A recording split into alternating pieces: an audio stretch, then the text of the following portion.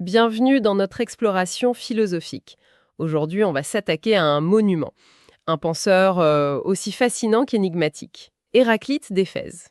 Oui, un présocratique du VIe siècle avant notre ère, et de lui, on n'a presque rien. Pas de livres, pas de traités.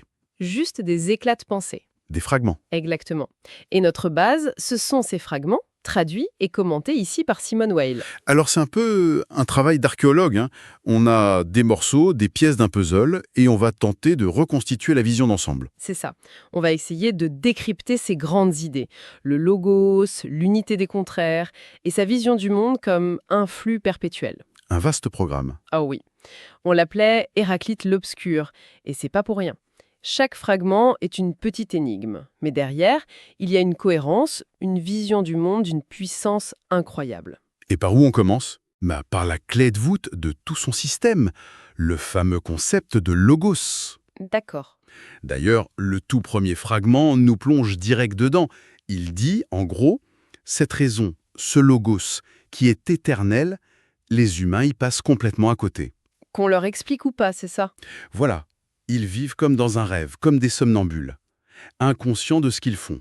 Le décor est planté, quoi. C'est une entrée en matière assez radicale. C'est le moins qu'on puisse dire. Une vérité universelle que personne ne comprend. Ça a un côté un peu arrogant, non? Comme s'il disait « Vous êtes tous des idiots, sauf moi ».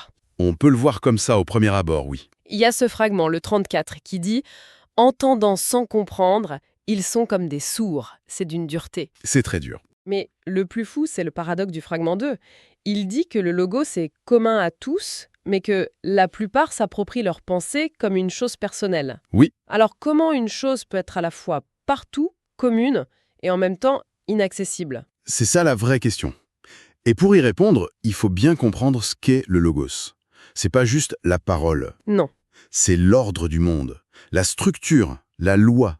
On pourrait presque dire le code source de l'univers. Ah, l'image du code source, c'est pas mal. Il y a un fragment, le 72, qui est très clair là-dessus. Il dit qu'on est en commerce continuel avec ce logos, mais qu'on en est séparé, que les choses du quotidien nous paraissent étranges. C'est-à-dire? Pense aux lois de la physique. La gravité, par exemple. Elle s'applique à nous tout le temps. On est en commerce continuel avec elle. Qu'on comprenne les équations ou pas. D'accord? Voilà. Le logos, c'est ça, mais pour toute la réalité. Donc son arrogance, c'est peut-être juste un constat en fait. Les gens subissent les règles du jeu, mais ils ne cherchent pas à les comprendre. Chacun reste dans sa bulle, dans son petit monde personnel. Son rêve privé, exactement, sans voir la grande structure qui nous relie. D'accord, l'analogie est très parlante. On joue tous à un jeu sans en connaître les règles. On voit les pions bouger, mais on ne comprend pas la logique derrière. C'est ça. Et justement, cette logique, ce mécanisme du logos, c'est quoi? Parce que c'est là, je crois qu'on arrive au cœur du réacteur Héraclite, avec une idée qui heurte notre logique habituelle. L'harmonie qui naît du conflit. Voilà.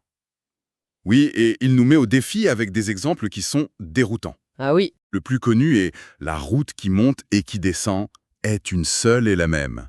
alors ça, notre première réaction, c'est de dire, bah non, si je monte, je ne descends pas, c'est l'un ou l'autre. Bien sûr, Est-ce que c'est pas juste un jeu de mots, au fond? Une jolie formule, mais sans plus. on pourrait le penser. Concrètement, l'effort pour monter, c'est bien l'opposé de la facilité pour descendre. Où est l'unité là-dedans? C'est toute la subtilité. Il ne nie pas ton expérience, l'effort ou la facilité. Il te demande de regarder l'objet, la route. Hmm. La route en elle-même, elle contient les deux, la montée et la descente. C'est la même structure qui rend possible les deux mouvements opposés. L'unité est dans la structure. Ah d'accord, je vois. C'est une question de perspective. Exactement. Et ce principe, il l'applique à tout. C'est ce qu'il dit dans le fragment 8. Ce qui s'oppose coopère, et de ce qui diverge procède la plus belle harmonie. Il va même plus loin. Beaucoup plus loin. Il dit que la lutte, polémos en grec, est le moteur de tout. C'est le fameux fragment 53. La guerre est mère de toutes choses, reine de toutes choses. Une phrase qui a dû être pas mal interprétée, j'imagine. Ah ça, oui. Évidemment, il ne fait pas l'éloge de la guerre au sens où on l'entend. Ce n'est pas une apologie de la violence. Non, absolument pas. Polémos, ici, c'est le principe cosmique de tension, de conflit, de friction. Pour lui, l'harmonie parfaite, ce n'est pas l'absence de tension, c'est une tension équilibrée. D'accord. Son analogie la plus géniale, c'est celle de l'arc et de la lyre. Oui, Qu'est-ce qui fait la puissance d'un arc? C'est la tension entre le bois qui veut se détendre et la corde qui le retient. Et la lyre, c'est la tension des cordes qui produit le son. Voilà. Sans cette lutte, sans cette opposition de force, l'arc est un bout de bois mort et la lyre est silencieuse. La beauté, la fonction, l'harmonie, elles naissent du conflit. Et c'est une harmonie qui est cachée, dit-il. C'est ça, le fragment 54. L'harmonie invisible est plus que l'harmonie manifeste. On cherche la paix en surface, mais la vraie stabilité, elle vient de l'équilibre des tensions profondes. C'est une idée qui est finalement très moderne. On pense à l'innovation, une nouvelle idée qui doit lutter contre les anciennes. C'est une excellente transposition. Ou même en art, la tension entre ombre et lumière en peinture. Carrément. Héraclite dirait que sans cette friction, sans cette guerre créatrice, tout stagne, tout meurt. Ce qui nous amène logiquement à son autre grande idée. Si tout est tension, rien n'est jamais figé. Tout est en mouvement.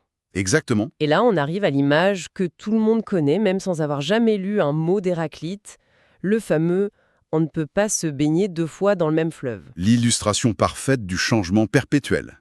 Mais il y a un autre fragment, le 12, qui ajoute une nuance, vertigineuse. Lequel? Pour ceux qui entrent dans les mêmes fleuves, autres et toujours autres sont les eaux qui s'écoulent. Ce n'est pas seulement le fleuve qui change. C'est nous aussi. L'observateur est emporté par le même courant que la chose qu'il observe. Waouh! Et pour Héraclite, l'élément qui incarne cette transformation universelle, ce n'est pas l'eau. C'est le feu. Ah oui? Le fragment 30 est peut-être le plus grandiose des tous. Ce monde, le même pour tous, aucun des dieux, aucun des hommes, ne l'a fait, mais toujours il a été, est et sera, feu toujours vivant. Allumé selon la mesure, éteint selon la mesure. C'est magnifique. Le monde n'est pas une chose, c'est un processus. Un feu éternel. Mais alors quand il dit feu, c'est à prendre au sens littéral ou c'est une métaphore? Est-ce qu'il pense que tout est fait de flammes? C'est plus subtil.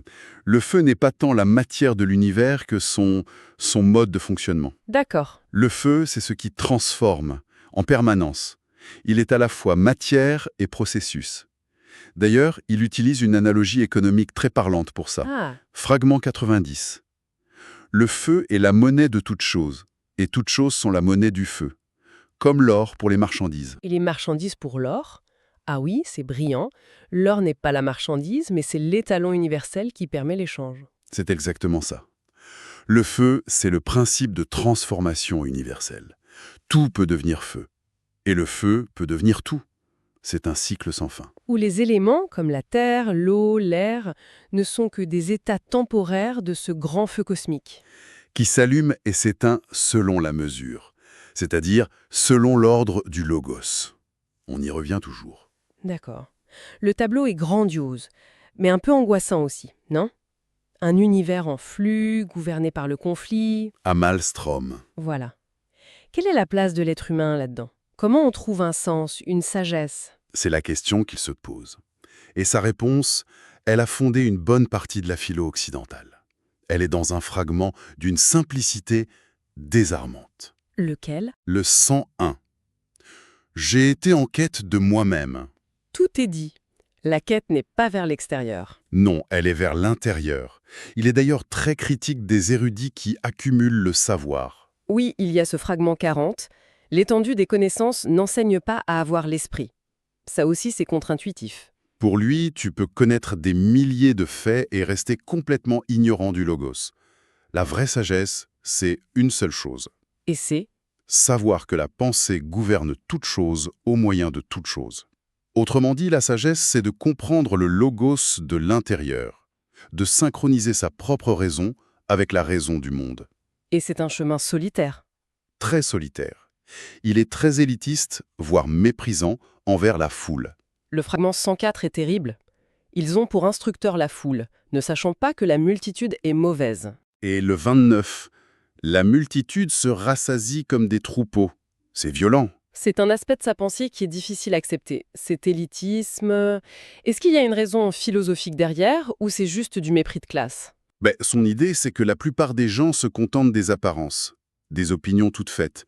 Ils suivent ce qui est évident, ce qui est manifeste. Alors que le sage cherche l'harmonie invisible. Mais la structure cachée, oui. Et il a une métaphore très physique, très surprenante, pour décrire cet état de sagesse. C'est la sécheresse. La sécheresse. Fragment 118. L'âme qui est lumière sèche est la plus sage et la meilleure. L'âme sèche, c'est une image vraiment étrange. Pourquoi sèche? Et à l'inverse, l'ignorance, les passions, l'ivresse, c'est l'humidité. L'ivrogne du fragment 117, il trébuche parce qu'il a l'âme humide. Alors l'âme sèche, qu'est-ce que ça veut dire? C'est là que tout se boucle. Quel est l'élément sec par excellence? Le feu? Exactement. L'âme humide, elle est lourde, confuse, alourdie par les passions, les illusions. Elle se laisse porter par le fleuve, passivement. D'accord. L'âme sèche, elle, se rapproche de la nature du feu cosmique. Elle est légère, lucide, lumineuse. Devenir sage, c'est sécher son âme. C'est ça, la débarrasser de ce qui l'alourdit pour la rendre capable de percevoir le logos. C'est faire en sorte que notre petite flamme intérieure vibre à la même fréquence que le grand feu de l'univers. La quête de soi, c'est un alignement avec le réel. C'est un processus d'alignement, oui. Alors, si on essaie de rassembler les pièces, le monde n'est pas un ensemble d'objets, mais un processus. Un flux constant. Oui, Ce flux n'est pas chaotique. Il est ordonné par le logos, une raison universelle dont le moteur est la tension créatrice entre les contraires. c'est ça. L'harmonie née de la lutte. Et pour nous les humains, la sagesse, ce n'est pas d'accumuler des savoirs, mais de faire une quête intérieure pour que notre âme, notre esprit, s'accorde à cette réalité de feu et de tension. C'est une synthèse parfaite. Pour comprendre le logos de l'intérieur, quoi. Absolument. Et pour laisser une dernière pensée en suspens, un fragment qui résume tout, je crois, et qui est d'une actualité folle. Je vous écoute. C'est le 123. Il est très court. La nature aime à être cachée. Tout est là-dedans, tu vois. La vérité du monde, le fonctionnement des choses, ce n'est pas à la surface. Ce n'est pas donné au premier regard. C'est profond, paradoxal. Et ça demande un effort, une curiosité, une volonté de regarder au-delà de l'évidence. C'est une invitation à ne jamais se contenter des apparences. Voilà.